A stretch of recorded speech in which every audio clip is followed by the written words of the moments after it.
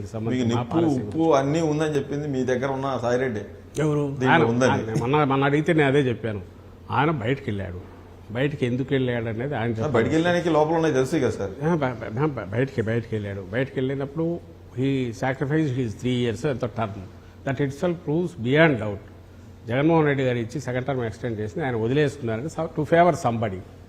ఆ ఫేవర్ చేశాక రిటర్న్ ఏదైనా వాళ్ళకు చేశాడు. వాళ్ళు ఆయనకు ఏం చేశారో తెలియదు.